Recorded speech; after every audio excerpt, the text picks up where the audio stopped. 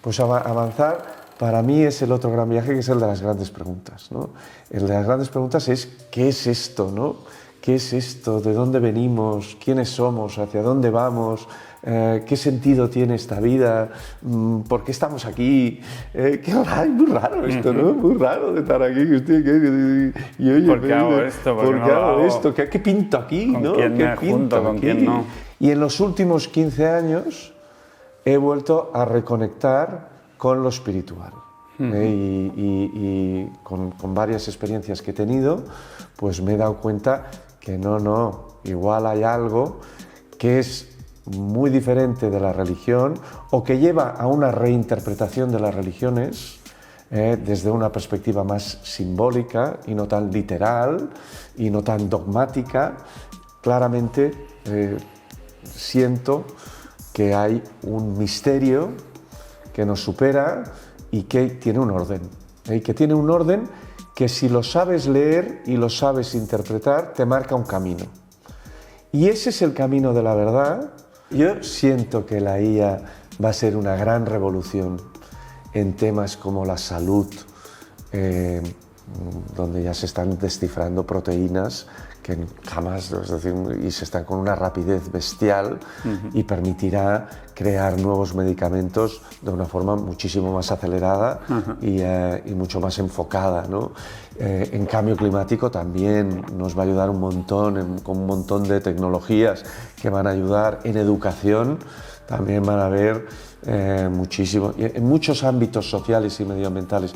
Yo creo que va a ser una gran revolución y esto va a ser muy positivo, y eso yo siento que realmente va a generar un cambio muy en positivo. Buenos días, Xavi, y gracias por venir a Mundo Cero, a Referentes. Buenos días y un placer, y gracias por invitarme. Ya nos conocemos un poquito, entonces estaba pensando, me preparo la entrevista, lo voy a preparar. Al final me lo he preparado muy poco porque quería que fluyera de forma natural. Así que, bueno, improvisaremos con lo que salga y a ver qué.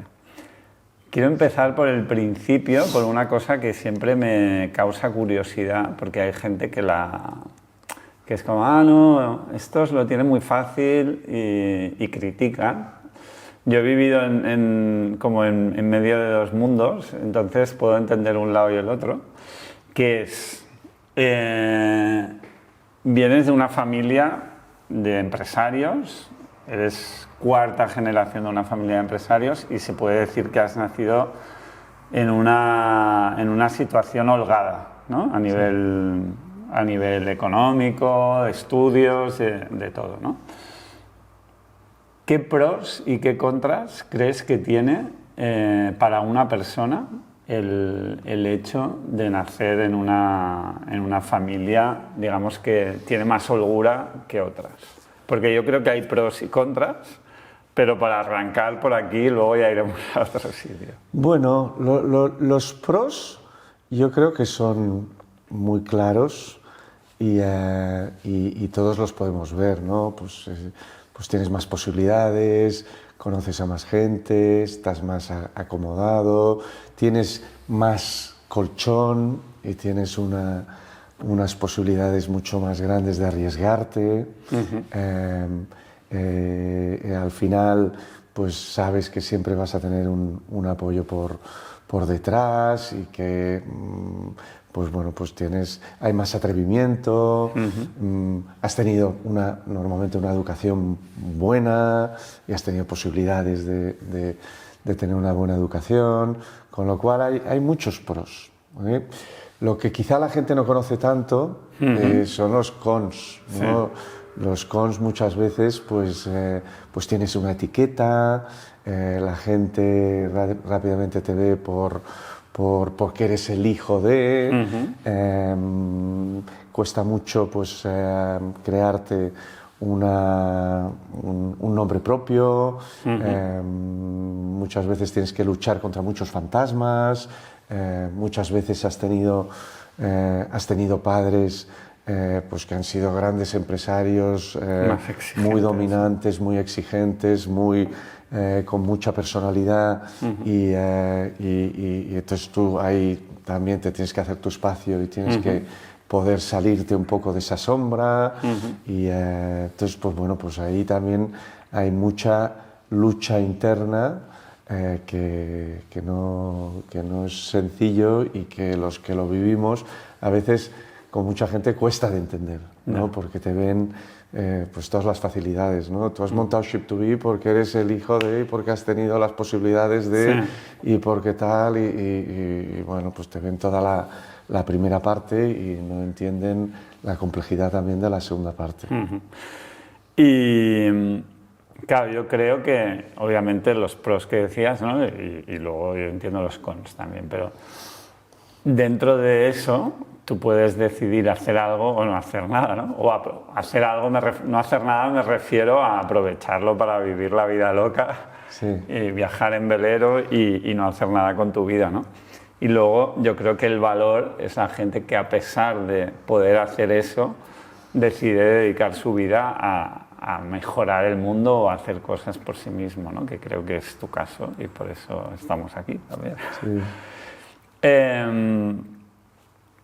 Me he leído tu último libro que me pasaste de una trilogía de 3 que va ligado a este inicio de conversación, ¿no? Que creo que es que para llegar hasta montar Ship2Be, que es un fondo de impacto, que luego hablaremos de lo que es el impacto, pero pasaste por 3 etapas o has hecho 3 etapas que yo creo que son muy importantes en la vida de cualquier persona y que entiendo que te habrán sido útil para hacer todo ese proceso de pros y contras de donde has nacido, ¿no?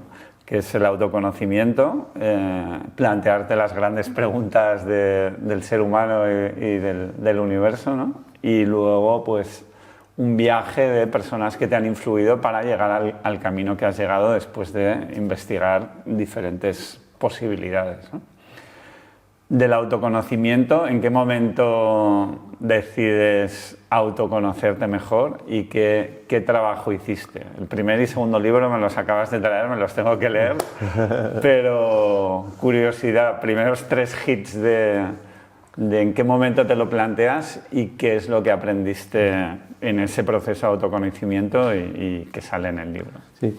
Yo me considero una persona muy culo inquieto.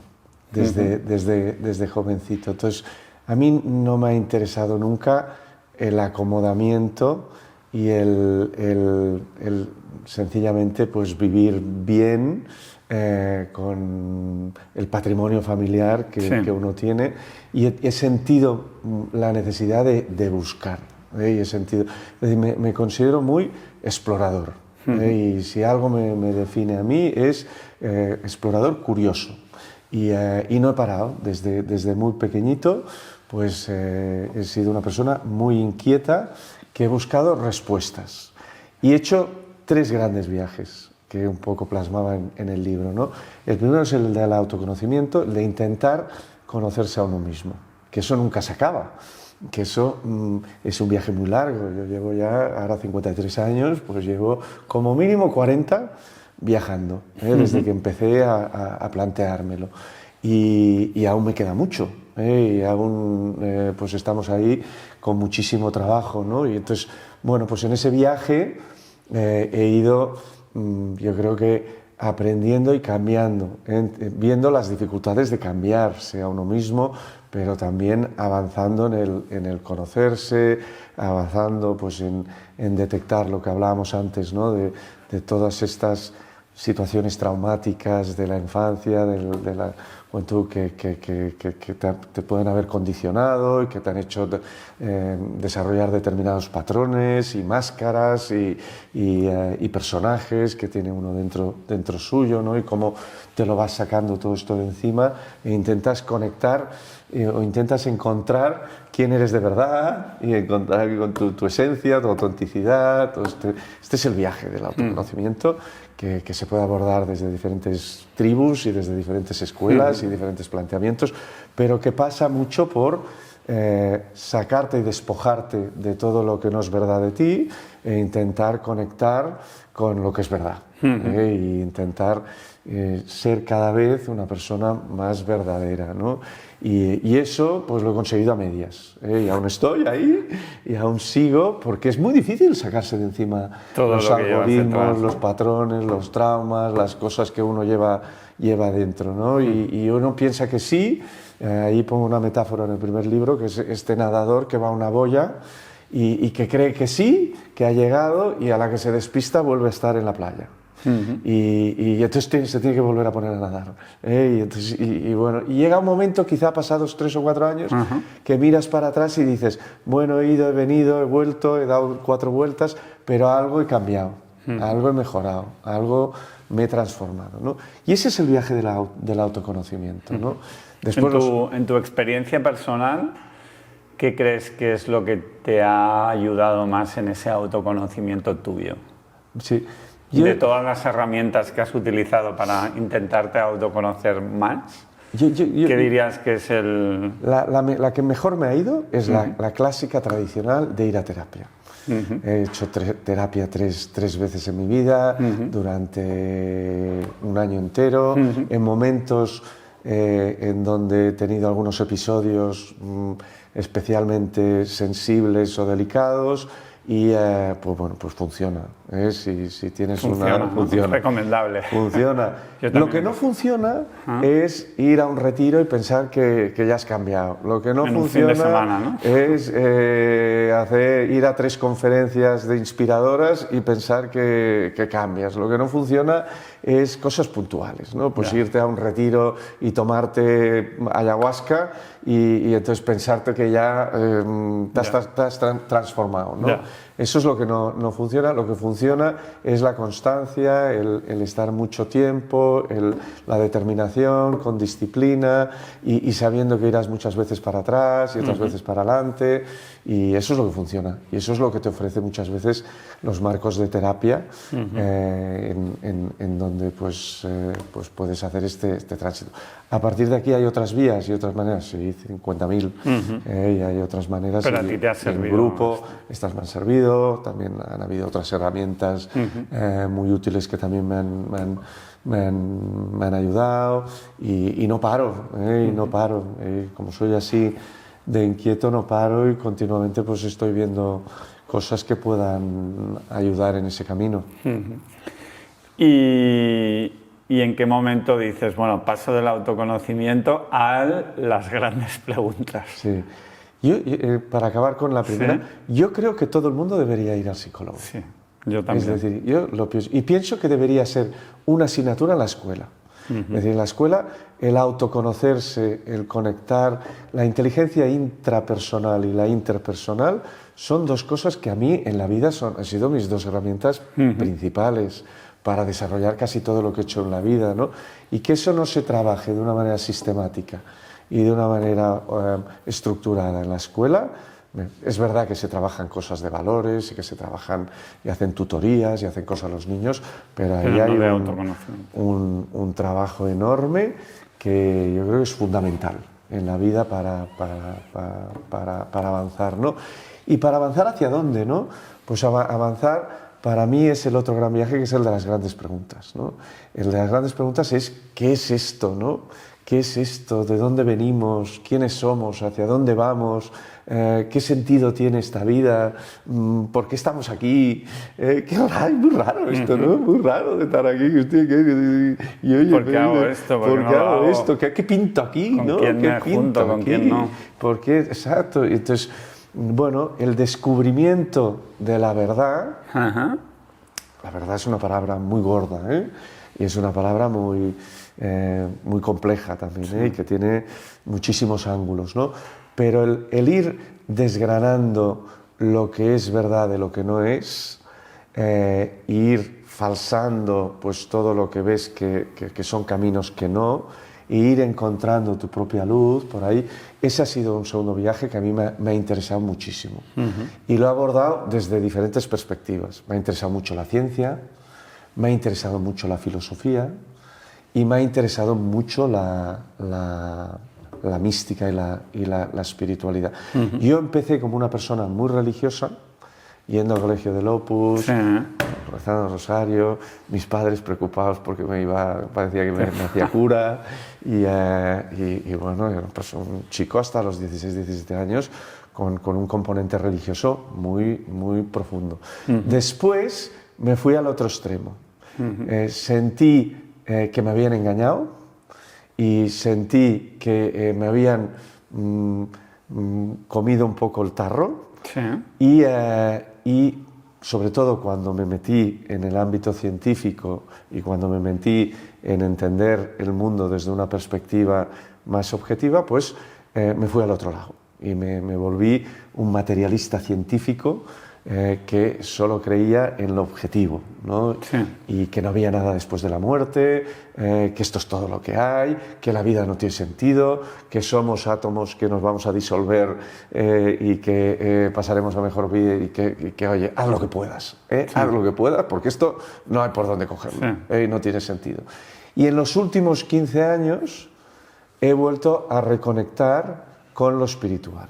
Y con varias experiencias que he tenido, pues me he dado cuenta que igual hay algo que es muy diferente de la religión o que lleva a una reinterpretación de las religiones desde una perspectiva más simbólica y no tan literal y no tan dogmática y no tan de hechos que son objetivos pero en donde claramente siento que hay un misterio que nos supera y que tiene un orden. Que tiene un orden que si lo sabes leer y lo sabes interpretar, te marca un camino. Y ese es el camino de la verdad que uno tiene que intentar seguir. Y que te lleva al autoconocimiento también. Y cuando vas desgranando ese orden, pues te das dando cuenta de los caminos que tienen sentido. Y para mí se ha convertido en una prioridad entender la verdad. La verdad del universo y de lo que es el universo, pero la verdad también de esta relación que hay aquí entre tú y yo, qué hay de verdad aquí, y qué estoy interpretando mal, qué me falta conocer. Es decir, tengo la sensación continuamente que nos equivocamos al interpretar cómo son las cosas. Y entonces juzgamos, y entonces establecemos creencias dentro de nosotros que son falsas, y eso nos lleva a mucho sufrimiento. Sí. Y nos lleva, porque no estamos entendiendo, no estamos comprendiendo de qué van las cosas, ¿no? Pongo el ejemplo, por ejemplo, del músico o del bailarín, ¿no? El músico, a medida que profundiza, o el bailarín, va encontrando la verdad. Y tú lo sientes, tú notas cuando esa música cada vez es más penetrante. Y llega un momento que el músico y el bailarín entran en trance. Y en un momento dado, tú ves que aquello está conectado, está conectado con la verdad. Y lo ves y te emociona. Y dices, wow, claramente es por ahí. Pues eso, para mí, también se puede llevar a otros ámbitos de la vida, ¿no? Cómo conseguimos continuamente estar conectados con la verdad, y estar conectados con la realidad, ¿no? Y hay infinitas vías que nos despistan de ahí. Y sobre todo muchas de las cosas que hemos adquirido y muchos de estos algoritmos que tenemos dentro, patrones, y estas creencias que no nos permiten llegar ahí, ¿no? Por tanto, explorar eso desde una vertiente científica, filosófica, mística, desde el punto de vista de las relaciones, desde el punto de vista del propósito, desde el punto de vista del viaje energético, del viaje psicológico, del viaje cognitivo, de entender cómo son las cosas, pues a mí se ha convertido en una pasión. Y también estoy muy lejos aún, pero muy lejos, pero sigo ahí en el camino y me apasiona el cada vez ir descubriendo más cómo se van abriendo todas estas comprensiones, ¿no? De las grandes preguntas, ¿crees que has resuelto alguna? ¿O siguen siendo incógnita las grandes preguntas para ti? No, lo que suele pasar con las grandes preguntas es que a medida que profundizas en las grandes preguntas, aparecen preguntas que son aún más grandes. Nuevas, ¿no? Con lo cual, tienes, es decir, de preguntas se van haciendo como más grandes. Ajá. Pero yo sí que siento que se va haciendo camino. Por ejemplo, en el viaje científico, yo me lo he pasado muy bien estos últimos 30 años profundizando en el viaje científico y en la comprensión científica, ¿no? En el viaje filosófico me lo he pasado muy bien descubriendo, y aún ahora me paso, ahora con el ChatGPT me paso muchas noches 2 o 3 horas pues con un filósofo y hoy hablando con el ChatGPT y hago allí un intensivo para entender y comprender cómo el otro día hice con Whitehead, ¿no? Pues ostras, pues estuve allí 3 horitas con Whitehead, con el ChatGPT, y hoy me lo pasé pipa y aprendí un montón de cosas, Y en el lado espiritual y místico no te digo, ahí también el viaje es infinito, ¿no? Entonces, bueno, mi sensación, yo siento la necesidad de sentir que avanzo y que crezco y que evoluciono. Y no hay cosa que me frustre más que el sentir que no evoluciono y que no crezco. Es decir, ahí hasta me coge, y eso tiene un puntito, hasta me doy cuenta que tiene un puntito enfermizo, porque, oye, hay veces que no pasa nada, oye, puedes pues, bueno, descansar, has tenido un mal mes, la cosa tal, has ido para atrás, y no pasa nada, a veces yo también soy de los que no puedo estar en el sofá estirado, pasándolo y sin hacer nada, y bueno, pues ahí hay verdad. Y de hecho también estoy intentando hacerlo ya y aprender de cosas ahí también. Entonces, autoconocimiento, grandes preguntas, y en un momento determinado yo, en lo que me he leído, que es el tercer acto, ¿no? Estás ahí y dices, bueno, ya ahora me conozco un poco mejor, tengo alguna gran pregunta solucionada. ¿Qué hago ahora, no? ¿Cuál es mi propósito, mi ikigai, mi elemento? Y haces un viaje, al menos en la novela, no sé si ha sido verídico o no, pero te empiezas a encontrar con personas que crees que te han influido o que te pueden influir en tu toma de decisiones hacia dónde ir, ¿no? Y llegas, el final de ese tercer acto es el inicio de Ship to Be. Pero ese viaje que hay en ese libro es cierto, has pasado por política también. Cuéntame un poco ese tercer acto antes de llegar al inicio de Ship to Be. El otro día en la presentación del libro, que estaba Cristóbal Colón, dijo una frase que me gustó mucho, que dijo que los que hacemos este viaje del impacto social, muchos lo hacemos para salvarnos a nosotros mismos. Y yo creo que es muy verdad. Puede a veces parecer que lo hacemos de manera desinteresada, de manera altruista, de manera empática. No, lo hacemos para salvarnos a nosotros mismos. Lo que sí que es verdad, yo siento, es que, y al menos en mi interpretación, es que cuando tú haces bien el viaje del autoconocimiento y de las grandes preguntas, y esto también lo habíamos hablado contigo, ¿no? Y realmente haces bien el trabajo energético, haces bien el trabajo psicológico, que decíamos antes, de conectar con tu esencia, haces bien el trabajo cognitivo de entender cómo son las cosas, y haces bien el trabajo espiritual de realmente conectar y estar en silencio, y estás limpio por dentro y estás conectado hacia afuera. A partir de ahí, cuando vives, pues sale tu propósito y sale una conexión con los demás de manera muy natural. Y eso sí que le podemos llamar un poco las personas que me han inspirado tanto en este libro y que las he sentido así, que realmente están en servicio, y un poco como los misioneros, ¿no? Es decir, son personas que lo hacen de verdad, es que lo hacen de verdad porque les sale así y porque les brota así, porque están muy trabajadas en todos estos ámbitos, ¿no? Entonces, bueno, yo creo que mi proceso los últimos 30 años y después con la creación de Ship2B es un proceso gradual de intentar conectar con esto. Pero ha habido también mucho salvarme a mí mismo, mucho ser reconocido, ser importante, la soberbia de querer dejar una impronta en el mundo. Yo creo que se combinan los instintos más primarios de poder, reconocimiento, de ser alguien, de tal, con esta parte más pura y más auténtica de realmente estar en servicio y estar de verdad. Y cada vez, nosotros ahora en Ship2B pues hemos acompañado más de 1000 emprendedores en 15 años y hemos invertido en más de 100. Y ahora yo te diría, después de 15 años, yo a los emprendedores siento que los detecto bastante rápido si están a la derecha o si están a la izquierda. Yeah.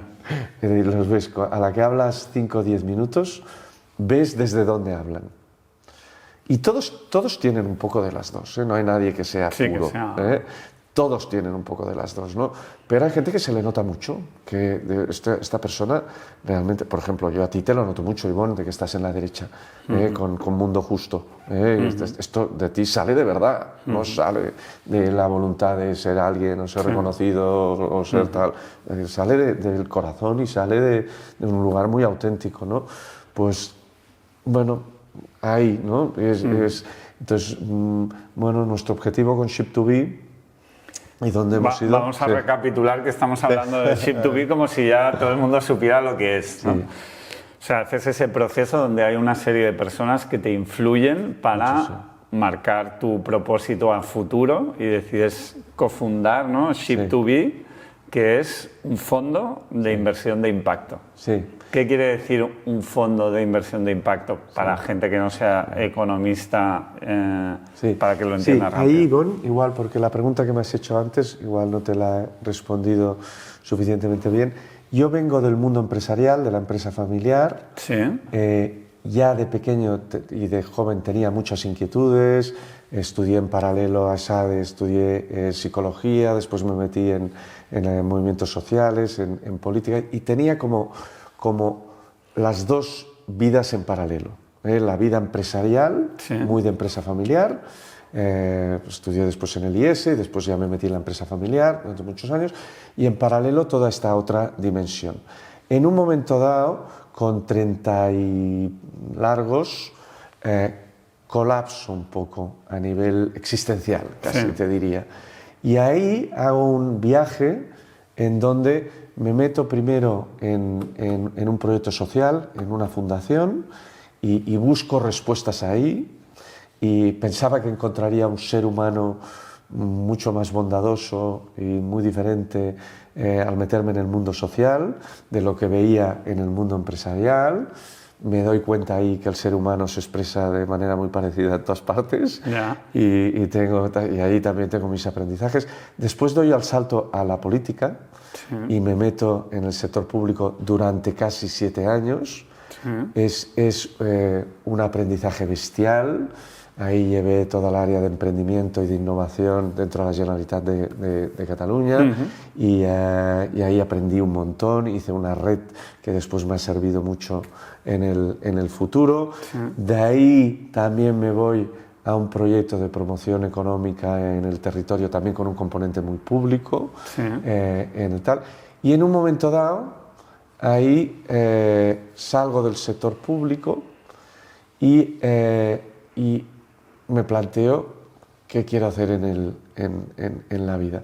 Y ahí había entrado en contacto con el mundo de los emprendedores sociales y con el mundo de la inversión de impacto. De los emprendedores sociales, de la empresa social y de la inversión de impacto. Que es un mundo nuevo, emergente, que salió sobre todo en los entornos anglosajones hacia finales de los 90, principios del 2000, y que básicamente consiste en montar proyectos que sean sostenibles, pero que tengan sostenibles y muchas veces rentables, pero que tenga mucho impacto social y medioambiental. Ya no se trata de hacer ONGs ni asociaciones o fundaciones que viven de donaciones a fondo perdido y de filantropía, sino se trata de montar empresas, proyectos empresarialmente viables. Como intentar fusionar lo que sería una empresa con una ONG, ¿no? Con una ONG y con el sector público y con la parte social, ¿no? Y por eso ahí, a mí de manera natural, digo, oye, estos son mis dos mundos, son las dos cosas que han sido mi razón de ser durante mi vida, y yo quiero hacer un proyecto que esté alineado con esto, ¿no? Y ahí es cuando nos planteamos hacer Ship2B. Como Ship2B es ship, un barco que va a un mundo B, to be. Y es un barco que intenta ir a un mundo en donde la economía trabaje para la sociedad y no al revés. Y entonces nos planteamos, pues, cómo podemos... Perdona que te corte, pero como está lo del ship, ¿no? To be, a mí casi, porque te he oído decir que te gusta definirte como emprendedor social, casi que me gusta más, porque antes has dicho la palabra explorador social, porque explorador tiene más que ver con el barco, con el viaje. Sí. Y te sales de otros emprendedores sociales.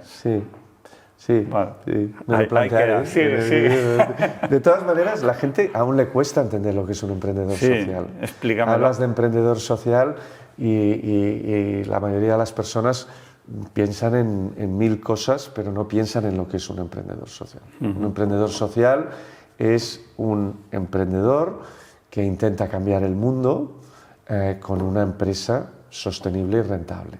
Y este tipo de emprendedor social, ahí lo puede hacer con una sociedad mercantil, o a veces lo puede hacer también con una fundación, una asociación, una cooperativa. Y claramente lo que le mueve es el propósito de cambio y el intentar hacer un cambio en la sociedad, pero utiliza la empresa o utiliza una entidad que genera ingresos para poder abordar ese cambio que quiere hacer. Para ello, muchas veces, sobre todo cuando son muy tecnológicos, requieren de inversores de impacto, que son inversores que invierten esperando un retorno, no son filántropos, son inversores que esperan un retorno, a veces un retorno de mercado y a veces un poquito menos que el mercado, a cambio de hacer un impacto social. Y aquí hablamos de inversores de triple rentabilidad. La inversión de impacto es aquella inversión que moviliza a inversores que invierten en proyectos que tienen triple rentabilidad. Por ejemplo, en nuestros fondos damos una TIR neta del 10% anual. Es decir, hay una rentabilidad, nosotros aspiramos a tener una rentabilidad neta de los proyectos del 10%, pero al mismo tiempo generar impacto social y medioambiental. Entonces aquí tenemos los emprendedores sociales, después están las empresas sociales, cuando las empresas ya son más grandes, y después están los inversores de impacto. ¿Cómo se distingue si un emprendedor social, como decías antes, es de verdad o es washing, o un inversor de impacto es social o también es washing? Porque a veces es, bueno, yo invierto, pero dame lo mío y no le preocupa tanto lo social, ¿no? ¿Cómo se encuentra y cómo se trabaja esto? Porque hay mucha gente que cuando igual hablas de impacto social y dicen, bueno, sí, pero ¿qué hay detrás, ¿no? Porque a veces incluso un fondo, ¿no? Si necesita justificar una rentabilidad determinada, pues igual tiene que hacer unas cosas para garantizar eso y si no llega porque está demasiado en lo social, ¿no? Entonces, ¿cómo se encuentra ese equilibrio y cómo se detecta los washings dentro del mercado? Sí. A ver, el mundo del impacto es un mundo emergente que tiene 25 años de historia.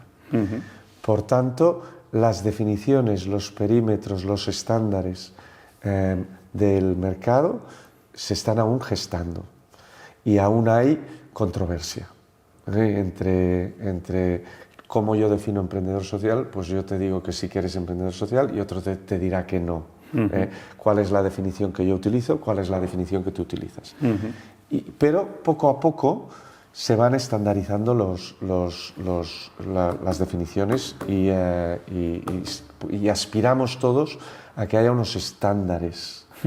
Para que te hagas una idea comparativa, antes, cuando se invertía en el siglo XIX, solo se tenía en cuenta la expectativa de rentabilidad y no se tenía en cuenta el riesgo. Los mercados estuvieron 50 años, desde el 1900 hasta el 1950, a domesticar al riesgo.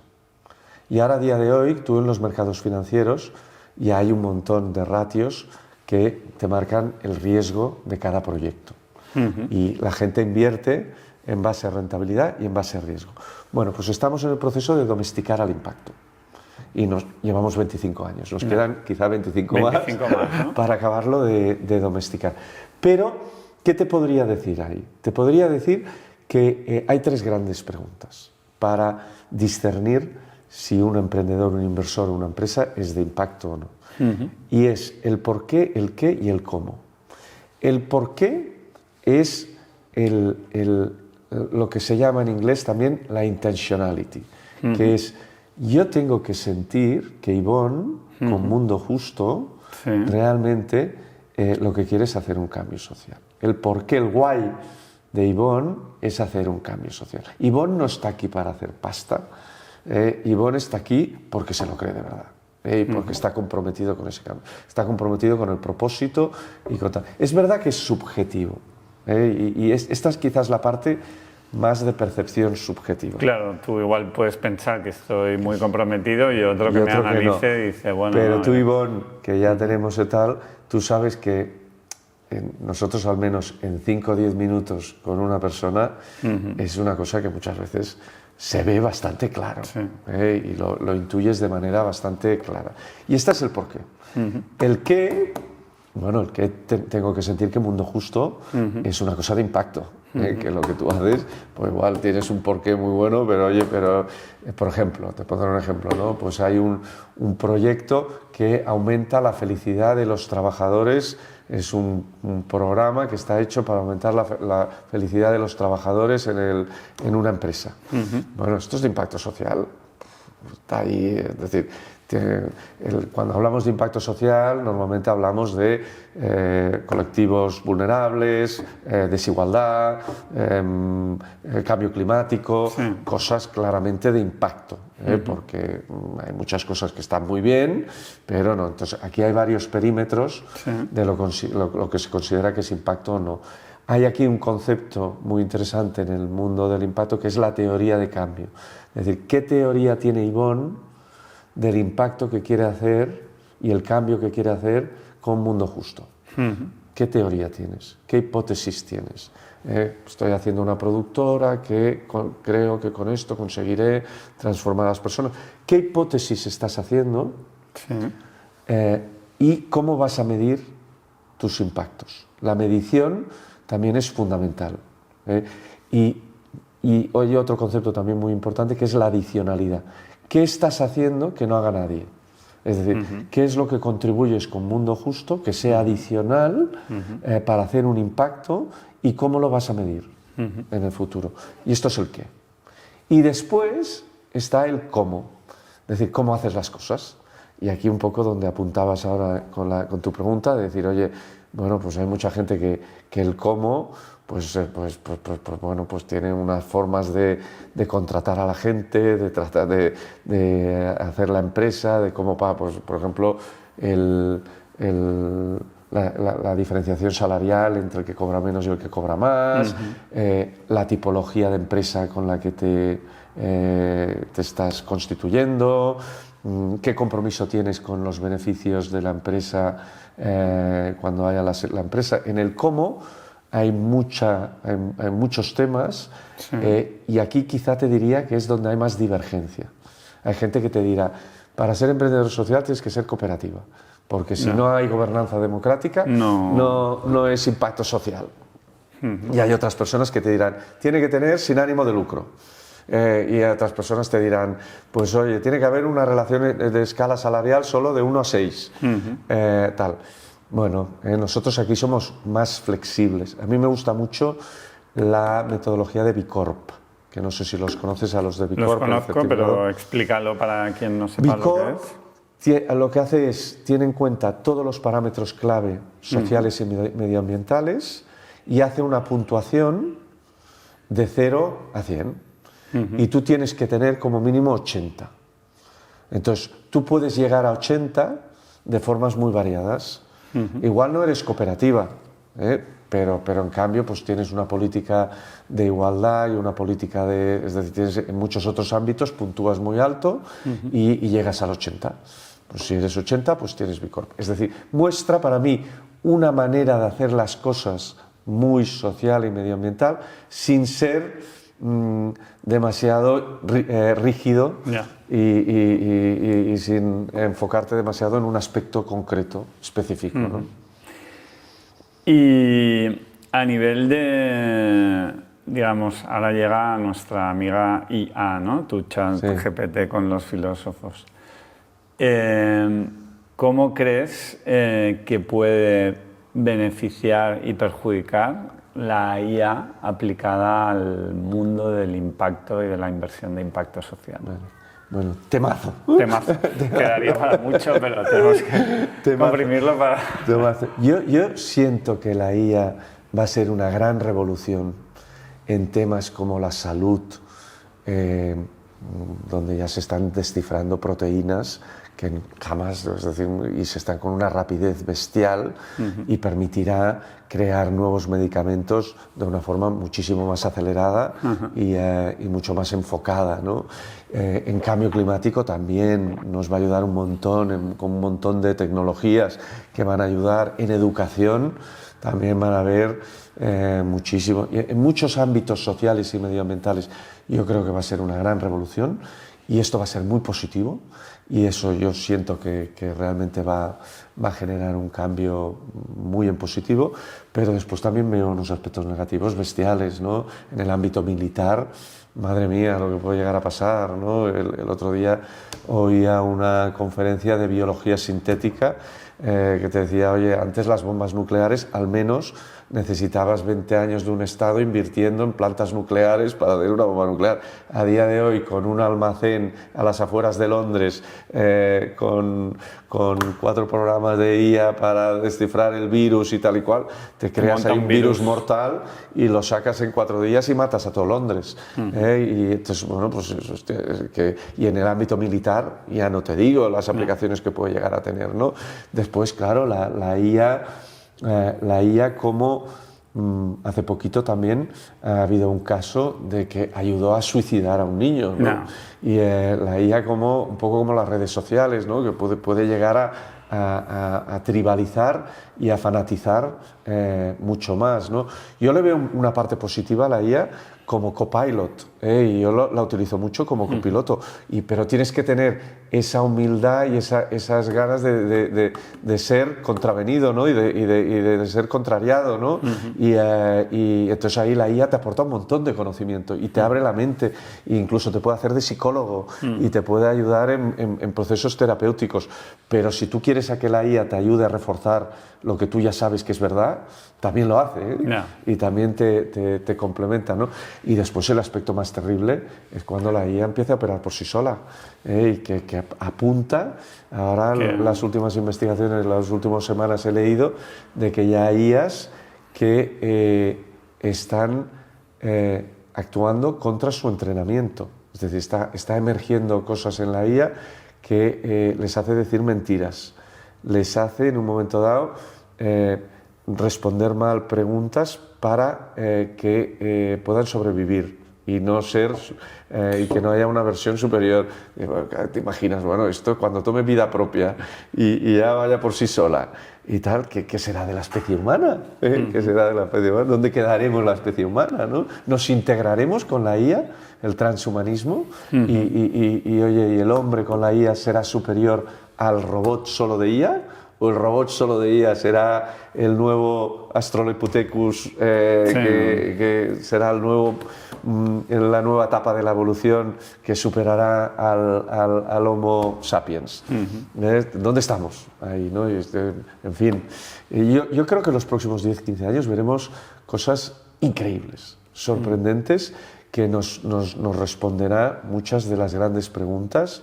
Y ahora mismo, yo según me despierto un día, soy utópico, y según me despierto al día siguiente, soy distópico. Y paso, depende del día. Yin yang. Y a través del día paso de un lado a otro. Ajá.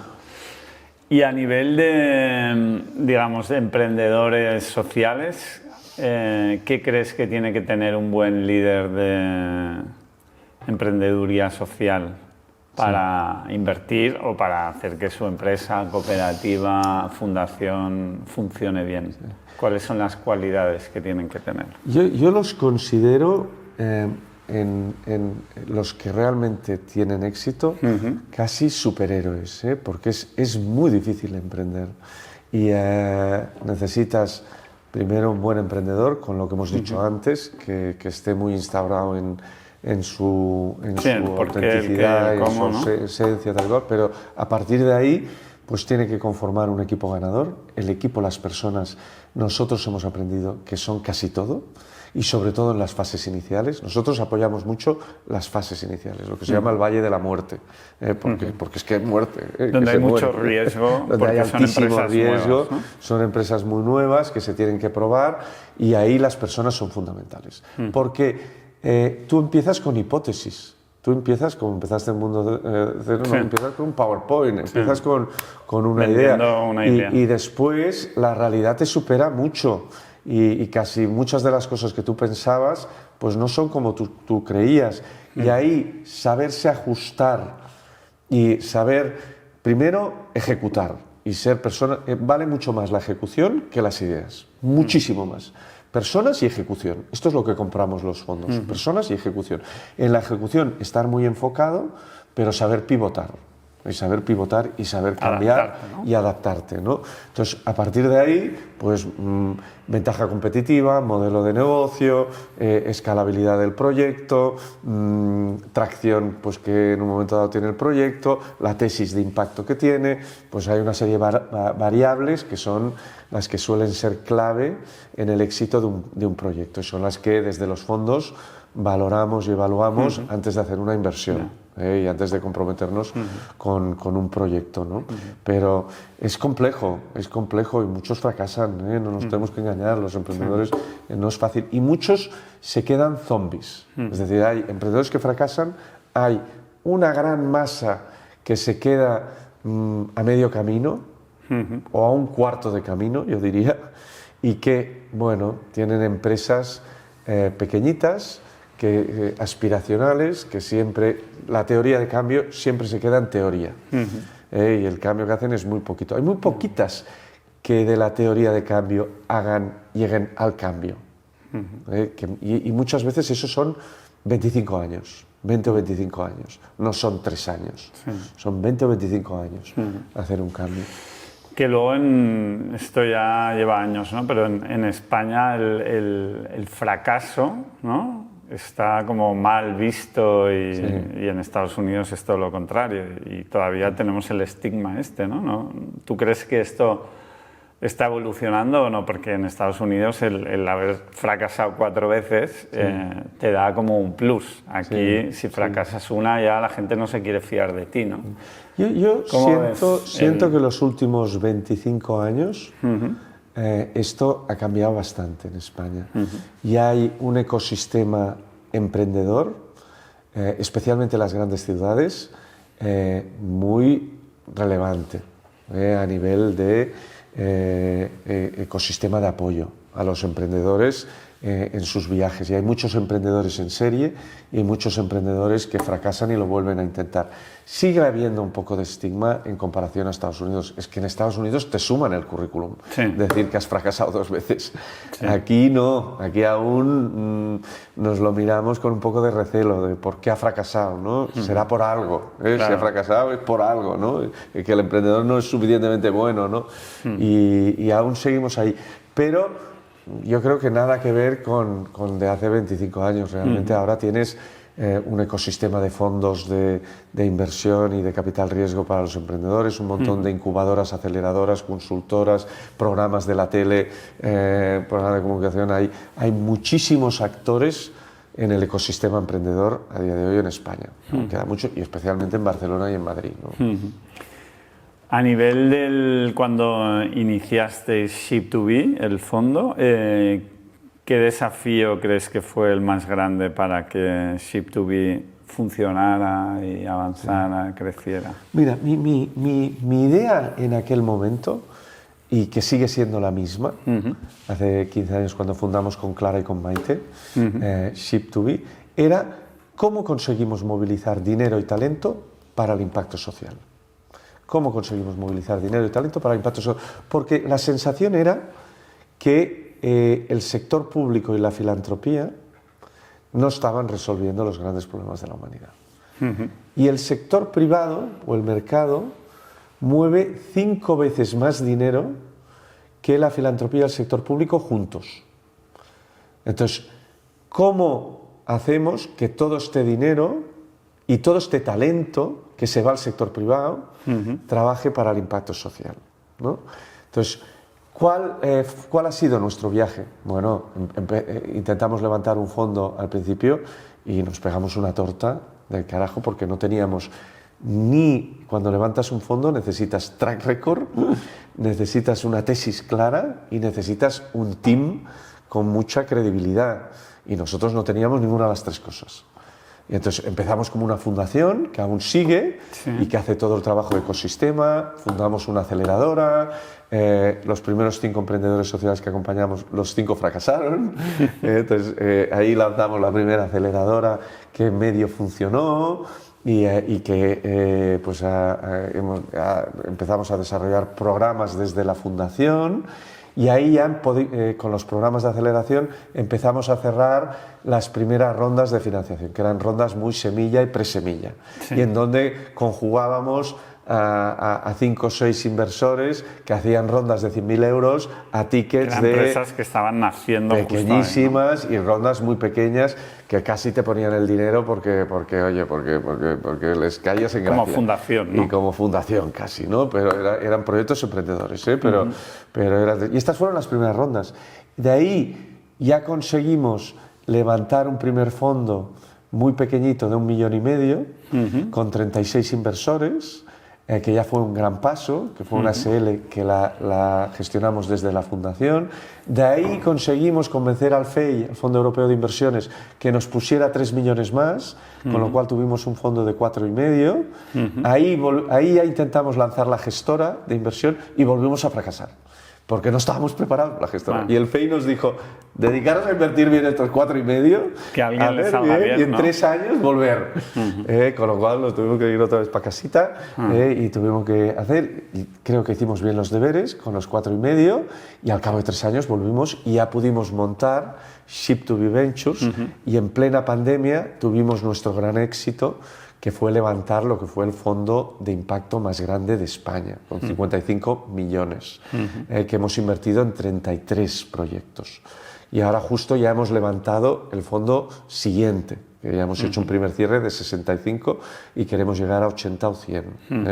Y en paralelo ya nos hemos liado también con otro fondo de salud infantil, que hacemos con el Hospital de Sant Joan de Déu, que si todo va bien en las próximas semanas tendremos noticias ya del primer cierre, ¿no? Pero yo te diría que han sido pasitos continuos de cada año ir un poco mejor, pero al mismo tiempo juntado con muchos fracasos, con muchos fracasos por intentar ir demasiado rápido y no tener la credibilidad delante, si yo te vengo a ti, Ivonne, y te digo, oye, ponme un ticket de 100.000 euros en el fondo, me vas a mirar y bueno, pues, ¿cómo me vas a ver? ¿Qué credibilidad te voy a dar? ¿Qué me vas a decir? ¿Dónde lo vas a invertir? Oye, ¿qué operaciones has hecho antes? ¿Qué equipo tienes de inversión en el tal? Y me vas a hacer mucha due diligence y te voy a generar credibilidad o no. Y la credibilidad es una cosa que se gana con el tiempo. En la inversión hay un dicho que dice numbers without words, que es números sin palabras. Y oye, bueno, la historia que me has explicado, hablar, ¿no? que a los números también son de impacto. Es decir, la historia que me has explicado, ¿la has cumplido o no? Si la has cumplido, yo te daré más dinero. Si no la has cumplido, pues tío, hemos perdido credibilidad. Entonces, estamos continuamente construyendo una historia que sea creíble y que genere confianza para que más gente se nos meta en el barco. La resiliencia, entonces, es clave para un emprendedor, ¿no? O sea, si no hubierais tenido resiliencia vosotros, se hubiera acabado antes, Ship2B. Sí. Hemos pasado muchas etapas, muchos momentos difíciles y momentos duros, y el equipo también ha ido cambiando y evolucionando, los fundadores también, y es un proyecto ongoing que cada año lo que siento es que nunca se acaba el viaje. Ahora el año pasado fue muy bien porque levantamos el fondo, conseguimos cerrar tal, hicimos varios deals muy buenos que nos han generado mucha credibilidad y sientes bueno, ahora parece que sí, ¿no? Que ya estás, pero de repente vuelves otra vez al día siguiente y ahora ya el 2026 ya tenemos 27.000 cosas más. Entonces, bueno, cada año es un gran reto. Cada año es un gran reto. ¿Y crees que el emprendedor, o sea, la resiliencia, hay un momento donde tienes que saber si hay que parar o no?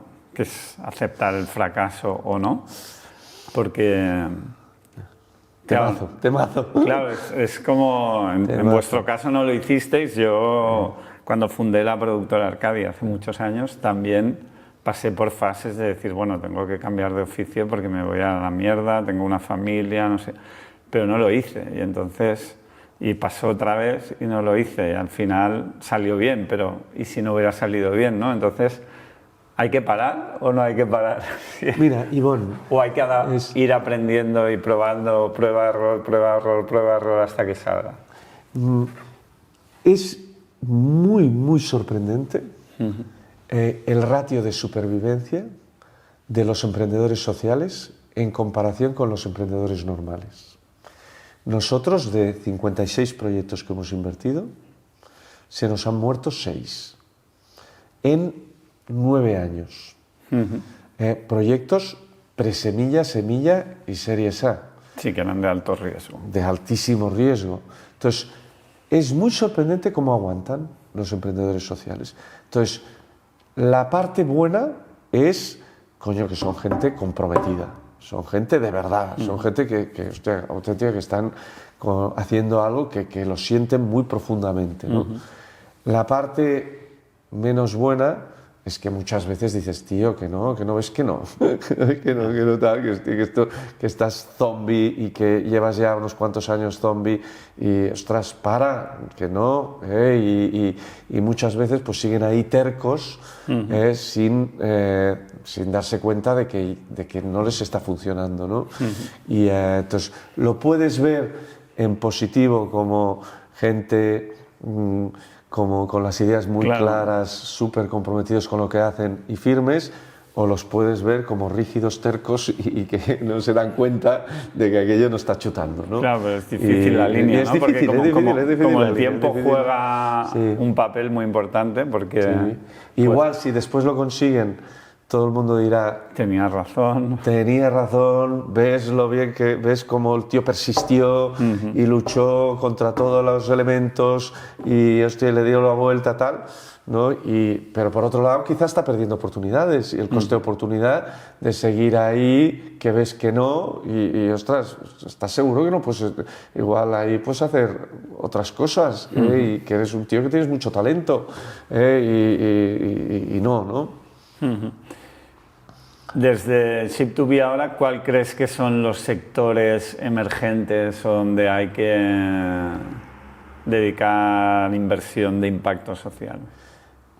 La inversión de impacto tiene muchos retos y tiene muchas tipologías de financiación.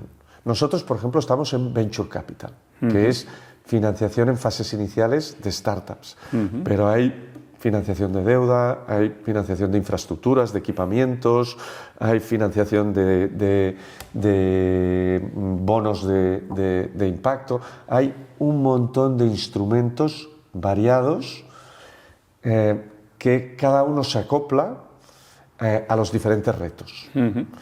Por ejemplo, en Venture Capital nosotros, donde vemos las oportunidades mayores, y nos hemos concentrado en 3 grandes retos, que son envejecimiento digno y saludable, le llamamos, cambio climático y salud infantil.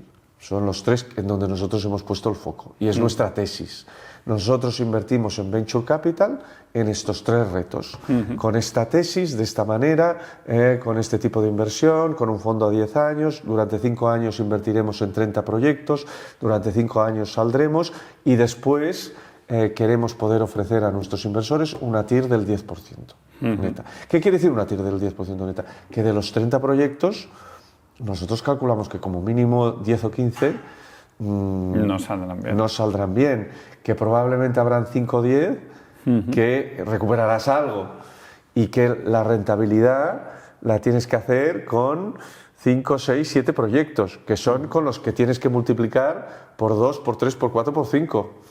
Porque si no, el Excel no te va a cuadrar con todo lo que te va a caer para poder dar la TIR del 10%. Entonces, esta es la partida que jugamos nosotros, de cómo invertimos en 30 proyectos que podamos conseguir aquello que nos hemos comprometido con el inversor. Porque si yo te vengo, un poco lo que te decía antes, hoy hemos invertido en 30 proyectos y bueno, hemos hecho unos impactos fabulosos, pero mira, lo del 10%... Hemos perdido tu dinero. Hemos perdido tu dinero, lo hemos perdido, solo te damos el 80%. Y entonces te vuelvo a pedir dinero, me vas a decir, tío, no has cumplido. Entonces, por eso la partida es tan difícil, ¿no? Porque tenemos que ser capaces de ser muy creíbles a nivel financiero y a nivel de impacto, lo cual, Ivonne, nos hace que no podamos ser buenistas.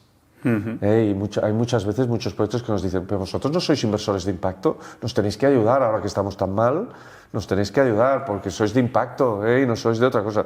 Ya, pero es que si te ayudo y te doy otro ticket, pues lo que me va a pasar es que después no voy a poder dar, no voy a poder cumplir con mis compromisos con los inversores y con lo cual ya no me volverán a hacer confianza. Entonces, bueno, el Venture Capital tiene un criterio fundamental que es que tienes que apostar por los proyectos que tiran. Y no te tienes que poner el gorro de salvador de los que no tiran. Y eso es muy difícil, porque claro, te vienen equipos que son buenos y los ves ahí, y hay una zona gris también que no sabes, y todos tienen una historia de explicarte, es que no nos ha ido esto bien, pero mira, ahora tengo esto y esto y lo otro, y con esto sí que la voy a petar. Y todos los emprendedores cuando te vienen, Ivonne, todos te vienen igual.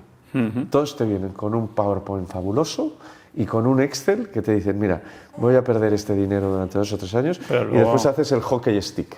Pero después mira cómo la voy a palmar, cómo la voy a petar. Y entonces, la realidad, Ivonne, es que después suben y bajan. Suben y bajan, y de repente tienen un año bueno, de repente un año malo, de repente un año bueno, y ves al cabo de unos años y dices, ha ido para arriba o ha ido para abajo. Pero poquitos hacen el hockey stick. Muy poquitos hacen el hockey stick y casi ningún business plan se cumple. Y después la realidad le supera al emprendedor. Y vosotros hacéis un evento, ¿no?, anual que se llama Impact Forum, y este año habéis puesto en marcha algo que habla sobre problemas sistémicos, ¿no? Explícame qué es un problema sistémico para que lo entienda mi hijo pequeño, o sea, que lo pueda entender todo el mundo, y después te sigo preguntando sobre eso.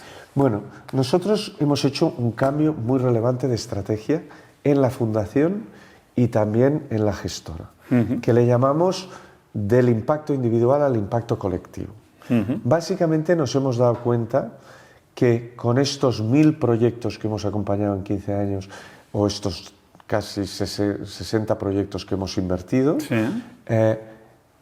muchos de ellos hacen impacto, pero son impactos individuales, que muchas veces acaban siendo un pequeño parche o una solución puntual a un problema muy complejo. Microimpactos. Microimpactos. ¿Se puede poner un ejemplo así básico para entender? Impactitos, ¿no? ¿Se puede hacer un ejemplo para entenderlo bien? O sea, con un sector concreto, una empresa... Sí, por ejemplo, las soluciones de la gente mayor, la gente mayor que tiene enfermedades crónicas. Sí. ¿Vale? Y tú, por ejemplo, montas una empresita que hace servicios, esto es un caso real, hace servicios de asistencia a domicilio. ¿Vale? Entonces, ¿qué solución aporta esta empresa al problema de las enfermedades crónicas de la gente mayor? Bueno, pues es una cosita puntual, ¿no? Entonces, entras en el problema de las enfermedades crónicas de la gente mayor y te das cuenta que hay muchos actores, que hay hospitales, sector público, empresas grandes, que tienes teleasistencia, que tienes...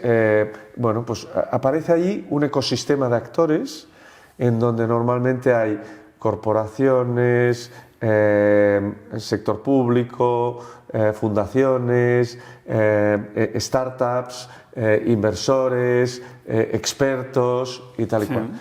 Y te das cuenta que el problema es complejo. El problema que surge allí es complejo y sistémico. Sistémico quiere decir que hay un sistema en donde están todos estos actores que relacionados. Funciona de una manera que no es la correcta y que es muy difícil de cambiar porque cada uno ya se ha acoplado a ese sistema. Correcto. Y cuando pones a los actores a dialogar entre ellos, son capaces de ver y darse cuenta de qué es lo que no está funcionando. Y entender también cuáles son aquellas soluciones que funcionan. Y entre ellos, por tanto, son capaces de ver qué es necesario para cambiar el sistema. Desde cada área, ¿no? Porque y de manera conjunta, colectiva, y cada actor puede tener un papel diferente en esta solución, ¿no? Entonces, esto es mucho más complejo, mucho más difícil, mucho más intrincado que escoger una startup, invertir en una startup y tener un fondo que invierte en startups, ¿qué tal? Los impactos individuales que decíamos antes, que ha sido nuestro recorrido durante 15 años, ¿no?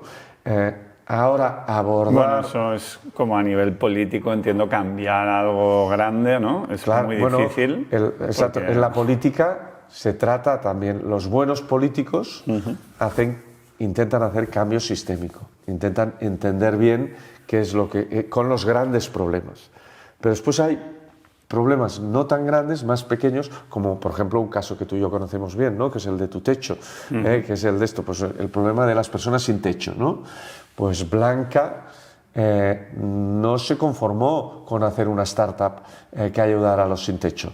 Ella desarrolló todo un pensamiento sistémico de cómo están todos los actores clave alrededor del problema de los sin techo, entendió bien cuál es la solución que realmente funciona, que en el caso de los sin techo es el Housing First, que es darle una vivienda y un acompañamiento durante 3 años a la persona sin techo, y diseñó toda una solución sistémica en donde hay un fondo que compra pisos, hay 20 empresas que dan servicios sin coste, hay todas unas ONGs que reciben dinero del sector público que pagan el alquiler de los pisos que se compran, hay una fundación que también aglutina filantropía.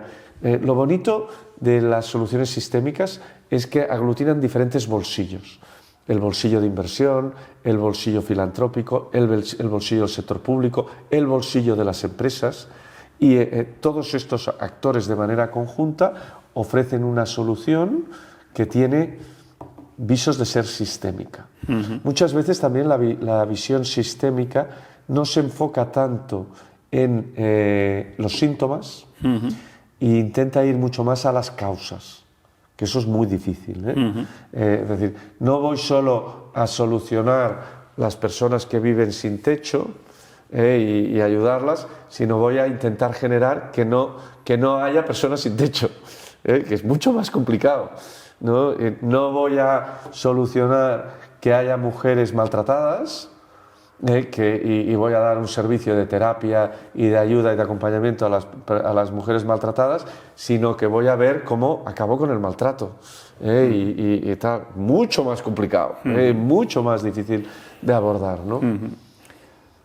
Aplicado a la industria del cine, que es a la que me he dedicado unos años, sería igual desde, por ejemplo, Mundo Cero, dices, vamos a intentar hacer contenido que provoque un impacto positivo en la sociedad y hablar de historias que solucionen problemas o que motiven a la gente a hacer algo bueno en vez de malo. Versus se genera un contenido a nivel global que tanto a nivel de televisiones, plataformas, distribuidores, se está, imagínate, bajo mi perspectiva podría ser no apoyando a la educación y la cultura de las personas y promulgando la violencia, patatín, patatán, patatán. Claro, cambiar esto, la única manera de cambiarlo, porque quien gana dinero con esto dice, esto me está funcionando, no lo voy a cambiar. ¿Cómo lo cambias? Convenciendo a todos los jugadores, ¿no? A que las plataformas digan, no, pues tenemos que hacer otro tipo de contenido. Porque igual también el público quiere ver ese tipo de contenido, lo que pasa que si no se lo das no lo va a hacer, ¿no? Exacto. Llevándolo a vuestro caso, Mundo Cero puede hacer el viaje del impacto individual con mucho respeto para los emprendedores sociales que hacen, que ya hemos visto lo difícil que es. Y yo los admiro y los sigo admirando, y nosotros vamos a seguir ahí toda la vida porque es como nacimos y es nuestro viaje principal, y eso yo creo que está súper bien. Y por ejemplo Cristóbal Colón, ¿no? Pues oye, su problema tal y cual. Claro, otra cosa es decir, no, oye, voy a intentar hacer un cambio sistémico en todo el sector audiovisual, ¿no? En el de esto. Entonces voy a generar una plataforma en donde estén todos los actores clave y vamos a ver de qué manera podemos generar el cambio en los contenidos, no solo los que hacen Mundo Cero, sino intentar, sobre todo, los principales, ¿no? Claro, los que generan los contenidos principales, ¿no? ¿Qué 3, 5 crees que son los grandes problemas sistémicos actuales en España, por no irnos al mundo, que en algún caso serán similares, pero en España? Yo siento que tenemos un problema aún muy grande con la desigualdad y los colectivos vulnerables y los derechos de las minorías. Eso que habíamos avanzado mucho y ahora estamos en un retroceso. Ha habido mucho avance durante el siglo XX. Yo siento que la historia, a mí me gusta mucho mi filósofo, que esto lo hemos contado, que es José Antonio Marina, que él habla de la lucha por la dignidad, que tiene un libro muy bonito, que él ve la historia como una historia en donde la inteligencia va ganando batallas al miedo. Y, por ejemplo, pues las mujeres no votaban en España en el año 70, ¿no? Pues, entonces, pues, cómo vamos ganando derechos de diferentes colectivos, de las minorías, y vamos también cada vez teniendo políticas con el estado del bienestar que ayuden a los colectivos vulnerables y la desigualdad, pues la brecha de desigualdad se va reduciendo. Esto, muchos te dirán que en un momento dado nos pasamos de frenada con algunos y apareció el concepto esto del woke y ahora yo siento que hay un retroceso, especialmente en Estados Unidos, en todo esto. Yo lo siento aún como uno de los grandes retos de la humanidad. Para mí otro gran reto es el cambio climático, que ahora es sorprendente cómo con lo que costó generar la sensibilidad en el mundo de lo que nos viene con el cambio climático, de repente aparece una narrativa en Estados Unidos de negacionismo, de que esto no existe, de que tenemos que drill baby drill, sí. y ya no existe este problema de repente, como si no. Me recuerda mucho a esa película de Leonardo DiCaprio y la Meryl Streep. No mires arriba, ¿no? No mires arriba, ¿no? Hostia, ¿de verdad? ¿De verdad? Y ahora es brutal porque los fondos que están intentando levantar dinero en este espacio están fracasando, porque la gente es como que se ha olvidado de este Larry Fink, que es el inversor número 1 del mundo con BlackRock, que en su día hizo una carta a todos los CEOs de su comunidad, emplazándoles como inversión principal a invertir en cambio climático, pues se ha desdicho. Se ha desdicho, y ahora con Trump, para quedar bien con Trump, pues ahora esto ya deja de ser relevante, ¿no? Y es bestial, ¿no? Yo siento que en Europa tenemos un poco la resistencia, tenemos yo siento el modelo europeo con todas sus críticas, y es verdad que la corrupción, la burocracia, la ineficiencia en la administración es un gran reto, y que no se ha abordado con suficiente fuerza por parte de las izquierdas, y que ahí hay mucho trabajo que hacer, pero aún así siento el modelo europeo social como el hito más relevante que ha conseguido la humanidad en desarrollo socioeconómico en la historia de la humanidad. Y siento que ahora está puesta en cuestión, y hay mucha gente que hay riesgo de que nos la carguemos, y ahí hay que resistir. Yo siento que ahí hay que resistir, ¿no? Porque el gran reto que tenemos, el otro gran reto, es el geopolítico, ¿no? Es que estamos en un momento de imperialismo y de generación de imperios, Estados Unidos, China. Me sorprende enormemente los emperadores que tenemos a día de hoy en el mundo. Son emperadores profundamente traumatizados en lo psicológico, con unas ansias de poder, ¿no? y de un narcisismo histriónico bestial. Coges a los tres principales y la gente conoce mucho a Putin y a Trump, pero no conocen al chino, que el chino es de los peores, que si miras la biografía del chino te asustas. Y entonces, estos están gobernando el mundo a día de hoy. Y oye, ahora pensar que puede haber la tercera guerra mundial ya no es una quimera, Es decir, ahora China invade Taiwán en unos meses o lo que sea y ya está liada, Y estamos en un momento prebélico muy complejo y muy difícil, y no sé por dónde tirará el mundo, y es muy preocupante, muy preocupante. Si a eso le juntas el tema de la tecnología también y de la evolución de la tecnología, pues yo ahí también veo un gran reto para la humanidad. El control, digamos, de la IA. De la IA y lo que puede pasar con la IA y con la robótica y con todo el desarrollo tecnológico, ¿no? Al mismo tiempo que ves las grandes oportunidades que también genera, ¿no? Y el mundo de abundancia que puede generar la tecnología, Yo también soy muy pro tecnología, en esos ámbitos, pero en otros también asusta.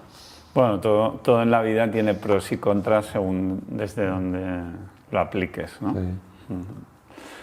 Si tuvieras que recomendar el libro que más te ha influido. ¿Nos quedamos con tu filósofo o cuál sería? Si solo me tuviera que leer un libro que te haya influido en tu autoconocimiento, grandes preguntas, propósito. Mi autor favorito es Aldous Huxley, y un libro muy bonito que él hizo que me inspiró mucho es La isla. Y tiene muchos libros muy buenos todos, pero el de La isla sí que lo recomendaría. Llegamos a las preguntas finales. ¿Qué quieres ser de mayor? Uy, ya soy mayor, ya. Somos de la misma quinta, mejor que no me digas. Bueno, somos jóvenes, es verdad. Es decir, si uno es mayor, si uno se siente mayor, se hace mayor. Si uno se siente joven, se mantiene joven.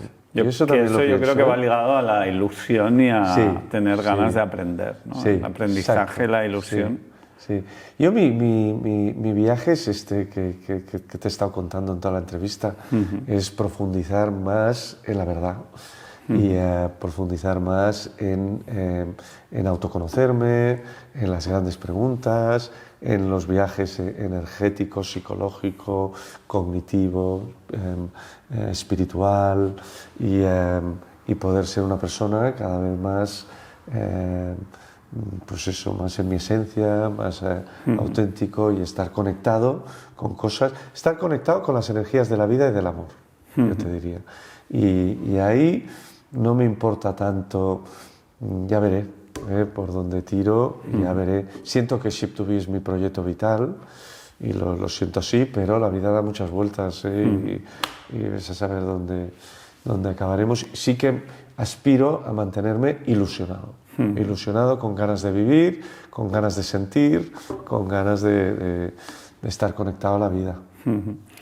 ¿Te hubieras dado algún consejo a tu yo de 20 años para haber hecho algo diferente? ¿O no?